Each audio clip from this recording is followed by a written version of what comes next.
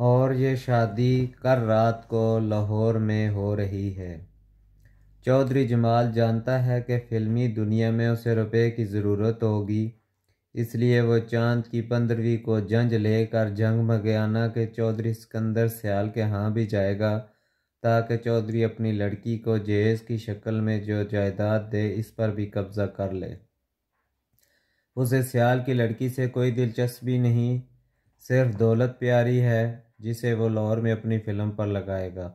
उसने रचना को वचन दिया है कि चौधरी सिकंदर सयाल की जायदाद काबू में करने के बाद वो इस लड़की से कोई दिलचस्पी न रखेगा या फिर उसके ज़रिए मज़ीद जायदाद हासिल करेगा, ताकि उसके फ़िल्मी प्रोग्राम में कोई गड़बड़ न हो सके और वो रचना को फ़िल्मी हीरोइन बनाने में कामयाब हो जाए। यह भी पता चला है कि जमाल और रचना की शादी खुफिया रखी जाएगी। रघु, तू जानता है इन कजरों के हथकंडे कितने ख़तरनाक होते हैं। ये लोभ के लिए ये लोग कई घरों को उजाड़ देते हैं। जमाल तो इनके हत्थे चढ़ ही चुका है। उसके साथ ये चौधरी सिकंदर की जायदाद भी हड़प करना और रजना को हीरोइन बनाना चाहते हैं। इनकी लड़की अगर एक मर्तबा मशहूर हो गई तो फिर जमाल को भी धक्के देकर निकाल बाहर करेंगे। समझ गया ना तू इन कंजरों का चक्कर। गुरुदेव की ज़ुबान से ये बात सुनकर मैं दंग रह गया। पर गुरुदेव, इतना बड़ा धोखा कैसे छुप सकता है? ओए रघु, इस जग जग में क्या कुछ नहीं होता, अपनी तरफ ही देख ले। हम कौन सा पुण्य कमा रहे हैं, बस तू जो कुछ चाहता है वो हो गया। बलदेव गरी 1 मिनट के लिए चुप हो गया, फिर कहने लगा, अब यूँ कर, मलक अल्लाह चुवाया को अभी जाकर तार दे और उसे लिख के वो कल शाम तक अपने यार चौधरी सिकंदर सयाल को किसी बहाने साथ लेकर लाहौर पहुंच जाए। इसके बाद तू देख लेगा होता क्या है। मैंने सब स्कीम तैयार कर ली है, बस तू चौधरी को किसी तरह लाहौर बुला ले। फिर उसने चड्ढा से कहा कि अंग्रेज़ी में तार का मजमून लिख दे। उसने तार का मजमून लिख दिया, जिसमें मलक अल्लाह जवाया को ताकीद की गई थी कि वो चौधरी सिकंदर को साथ लेकर कल शाम तक लाहौर पहुंच जाए। उनके लिए दिल्ली मुस्लिम होटल अनारकली में एक कमरा बुक करा लिया जाएगा। जब तार का मजमून लिखा जा चुका तो मैंने बलदेव गरी से कहा, गुरुदेव, मुझे तो तार घर का पता नहीं और न यहाँ से निकलने का रास्ता मालूम है। वो कुछ देर सोचता रहा, फिर कहने लगा, चल मैं तेरे साथ चलता हूँ। चड्ढा जी और लता दोनों मौज मेला कर लेंगे। तांगे में सवार होकर हम तार घर आए और तार देने के बाद जब वापस जा रहे थे तो बलदेव गरी कहने लगा, रघु, मेरा जीवन तुझसे छुपा हुआ नहीं है। यहाँ हर किस्म के आदमी मेरे पास आते जाते रहते हैं, मगर मैं हर किसी के सामने नहीं खुलता। जिन लोगों के लिए सुंदर शिकार खेलता हूँ वो मेरे लिए अपनी जान भी बलिदान कर देंगे, ये मुझे विश्वास है। पर मुझे शोभा है किसी हरामी ने मेरी शिकायत कर दी है और आजकल अंदर ही अंदर सनातन धर्म के कुछ लोग मेरे खिलाफ कार्रवाई करना चाहते हैं। पर गुरुदेव, ये हुआ कैसे? वो लोग कैसी कार्रवाई करना चाहते हैं? मैं नहीं जानता, कुछ नहीं जानता, मगर मेरा मन कहता है कि मुझ पर एक घटन समय आने वाला है। मंदिर में हर घर की लड़कियां आती हैं, मैं किसी को बुलाने नहीं जाता। जिनको शराब और मर्द का चस्का पड़ जाता है वो आप ही मेरे गिर्द घूमती रहती हैं। मैं बड़ी एहतियात से काम लेता हूँ, कई बार उन्हें झाड़ भी देता हूँ, मगर वो मेरे सामने रोती और कहती हैं मैं उनके लिए प्रेमी तलाश करूँ। इनमें कई ऊंचे घरानों की लड़कियां भी हैं, कई सुंदरियों के पिता समाज के नेता हैं। मैं उनके लिए बेचारे का बंदोबस्त कर देता हूँ। यही मेरी कमज़ोरी है। ये लड़कियां नए शिकार भी खुद ही घेर लाती हैं और उन्हें शराब का चस्का लगा देती हैं। शुरू शुरू में हर सुंदरी जो अपना जीवन सफल कराने के लिए मेरे पास आती है शर्माती और बदनामी से डरती है, मगर चंद दिन के बाद वो मंदिर के चक्कर लगाती है और मेरे इशारों पर नाचती है।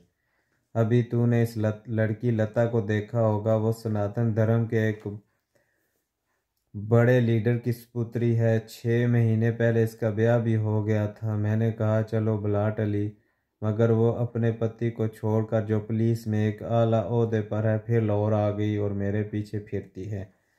उसने मुझे धमकी दी थी, अगर मैंने इसकी फरमाइश पूरी न की तो वो मेरा भांडा फोड़ देगी। ऐसी एक और लड़की शीला भी मेरे लिए मुसीबत बन चुकी है।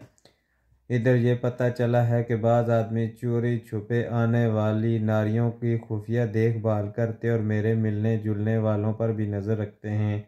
मैं डरता हूँ ये लोग मेरे खिलाफ कोई सबूत न पेश कर सकें। मगर सोचने की बात है, अगर सनातन धर्मियों में ये बात मशहूर हो गई कि मैं कुंवारी कन्याओं के जीवन सफल कराता हूँ तो मेरी कितनी बदनामी होगी।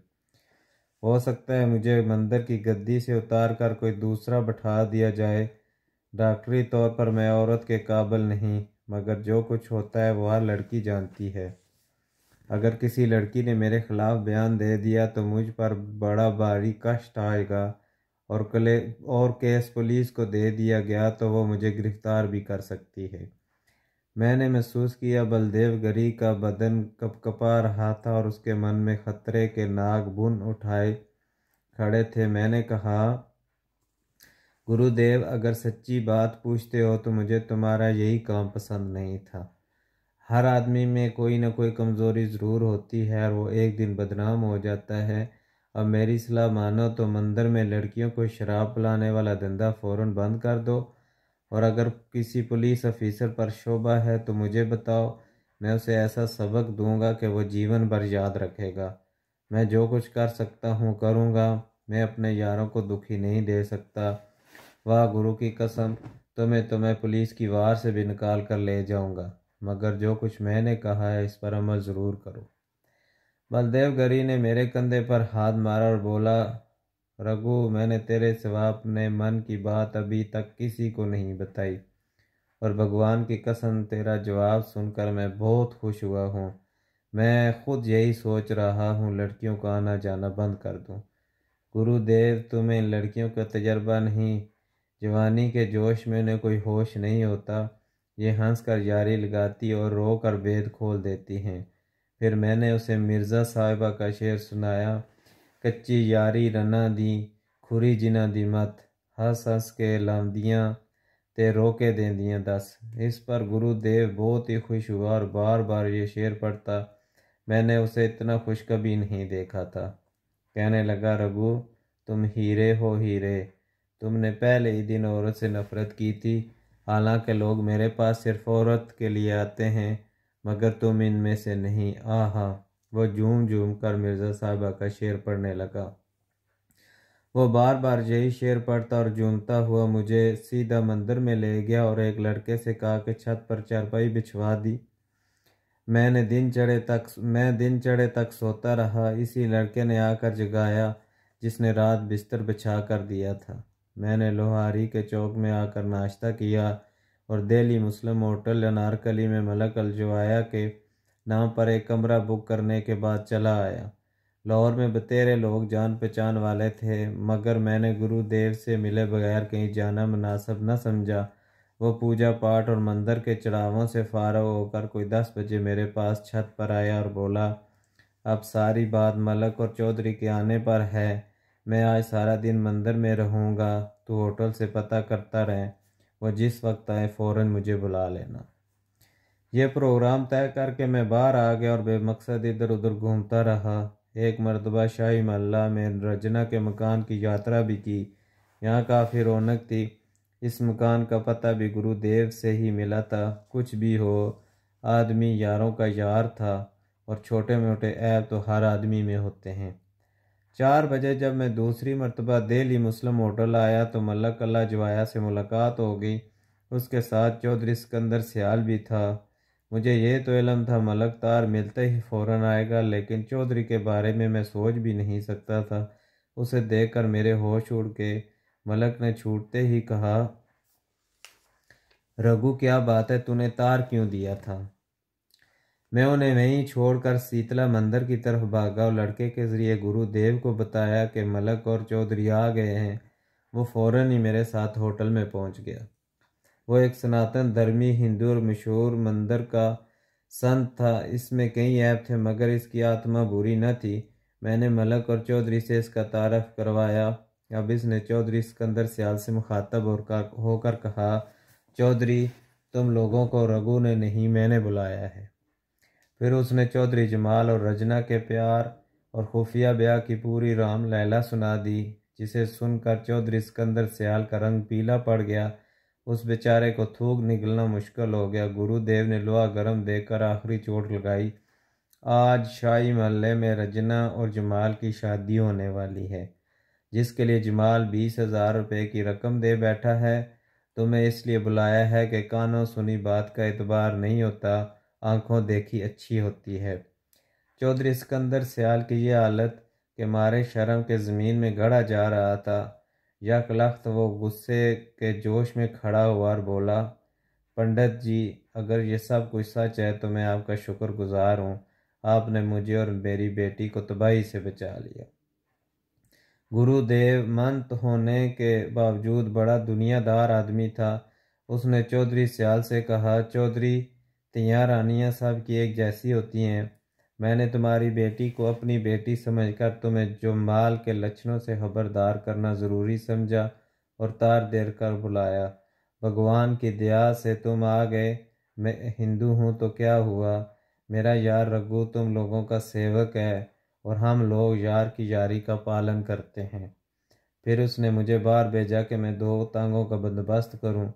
तांगों में बैठकर पहले हम मैकलोड रोड पर वीरा होटल गए। वहाँ इस बात की तस्दीक हो गई कि चौधरी जमाल ने इस होटल में एक फ़िल्म कंपनी का दफ्तर खोल रखा है। वहाँ से निकले तो गहरी शाम हो चुकी थी और हमारी इतला के मुताबिक ठीक 8 बजे रात रजना और जमाल की शादी की रस्मी कार्रवाई होने वाली थी। हम वक्त पर शाही महल्ले पहुँच गए। गुरुदेव ने तांगे शाही किला के उत्तर में खड़े कराए, जहाँ मैदान था, और उतरकर सड़क पर आ गया। एक गंदे से कमरे के पास, जिसके आगे टाट की बोरियों का पर्दा लटक रहा था, उसने आवाज़ दी, हरबंसू। फौरन एक दुबला पतला आदमी घबराया हुआ बाहर निकला और गुरुदेव के चरण छू कर बोला, महाराज तुसी आज कैसे पधारे, मैं क्या सेवा करूं? वह हरबंसू, तेरी औरत भाग गई या अभी तेरे पास है? महाराज वो साली तो चौथे रोज ही नस गई थी।